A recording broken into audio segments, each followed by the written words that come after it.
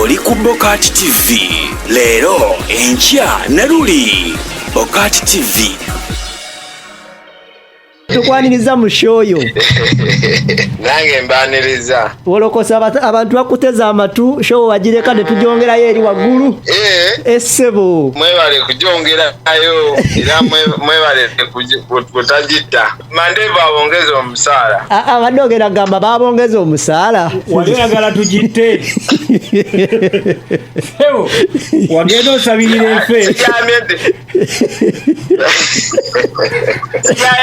Abongeza Mandeva abongeza omusaala manyi abongeza. Amawulire getufuna okuva mu America gatulaga nti omukulembeze w'ekibiina kya NUP Bobi Wine agaaniddwa okubatenga ayingira mu ggwanga erya America ate nga gwo omu ku ababadde mpajiruwaga mu nteekateeka y'okubatenga ayingira eggwanga erya America. Kivudde ku ki era amawulire mugalisivinga bi era abagamba ki? Honorable ali Uganda kati wetwogerera yaze abadde ne engagement na abantu ab'omu diaspora ab'enjawulo nga emu ku zo yali South Africa. South Africa gye yabadde unfortunately twali tetumanyi nti ate America yagimyusa. Bagamba nti bw'oba obaddeko South Africa eri mu red wano olina okukarantininga for 14 days nga tonnayingira US. So ekyo bakimugambidde kata ku immigration ne bamugamba nti yabaddeko South Africa. Of course records ziba ziraga kati so ne bamugamba yabaddeko South Africa either akarantiningire mu kata for 14 days bweziggwako alyoke yeyongereyo kati nebo nga ate 14 days of course weziggwerako nga event ewedde. Okay. But of course nga bulijjo bwagamba nti struggle teri ku Kyagulanyi ng'omuntu oba Kapalaga ng'omuntu wabula struggle eri ku ffenna ng'Abannayuganda. Buli omu abeera Kyagulanyi waali buli omu waali abeera Kyagulanyi so kati Kyagulanyi wano waali yenze.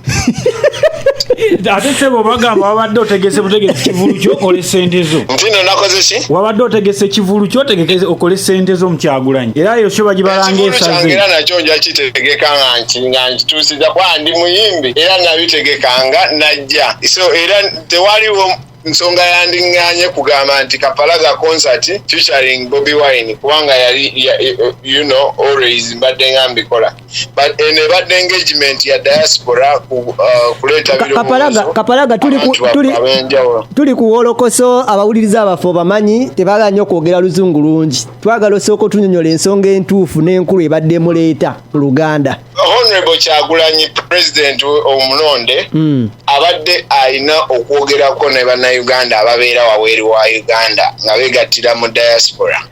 So Bannayuganda abo bategese omukolo gwe bayita Uganda Action Day okugenda okutandika olunaku lw'enkya olwokutaano paka Sunday. Omukolo ogwo Honorable Kyagulanyi abadde alina okuba ng'omu ku Bannayuganda abagubaddeko. Wabula ye n'alemererwa naye omukolo tegubadde gwa Kyagulanyi gubadde gw'Abannayuganda. So Omunnayuganda omu alemereddwa okutuuka naye abalala bonna weebali era omukolo genda mu maaso. Omukolo twawulirako nti gwalimu genda maaso. Yeah, so ye kyabadde akola oba kyabadde alina okukola kubeerawo nga pulezidenti Abannayuganda kwe baalonda.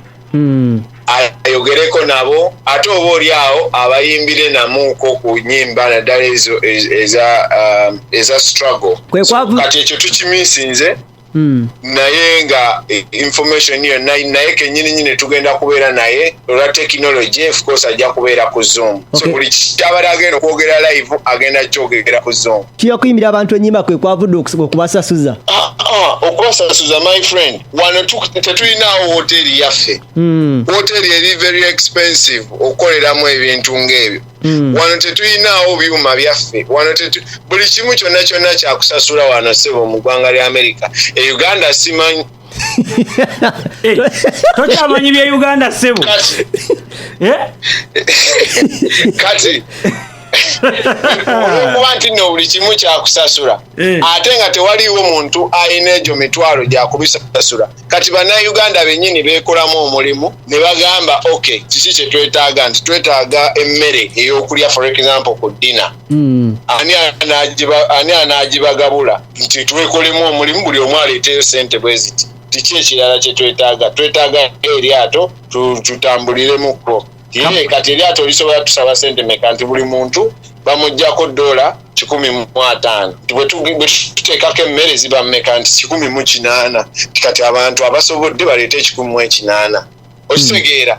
So si nti nno abantu badde basasulira concert, wabula bacontributingira omukolo, kubanga gwabwe bonna. NUP terinayo bank account mu America, nti esente zaayo ziri awo, n'olwekyo kejja okwo etegeke emikolo ng'egyo, wabula bannayuganda bennyini be beekolamu omulimu, and that is Kapalaga engeri gye beekolamu omulimu. Kapalaga omukolo gwe gumu ogwo kwe kuli n'omuzannyo gwamuvaala mubadde ogenda okuzannya ng'omwana.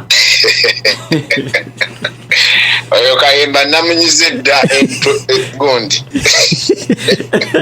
Yaze n'ebipale bye ebimpi. Yaze n'ebipale bye agakuba akatolwa.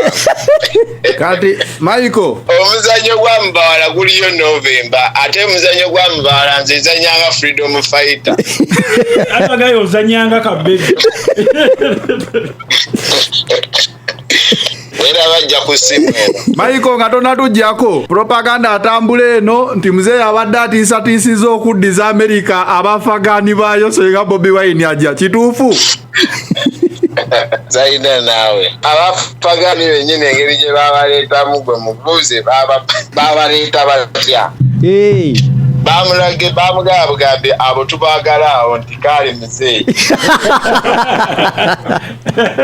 Naye Michael ng'otusiibula embeera eri awo abantu bakitegedde era obanga batunulidde bwetu bennyamiddemuuko oba bakitegedde ku ekyo ekigenda mu maaso nekituuse ku mukulembeze waabwe. Of course, you can't dismiss amaanyi g'ayina nga president omulonde nga ng'ogyeko okuba nti no Bobi Wine kati ate Kyagulanyi nnyo. So abantu babadde bamwesunze era kibeera disappointing, tosobola kijjawo, naye ate abantu era bakitegeera nti tewaliwo kibaddeko na control.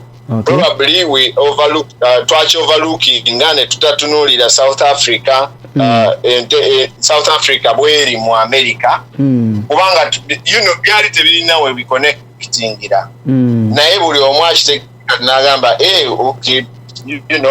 so ebiseera ebisinga obeera oyiga every time n'ogamba okay, probably next time he is coming, omulundi oguddako lwanajja wano tulina okusooka okutegereza ezo zonna details.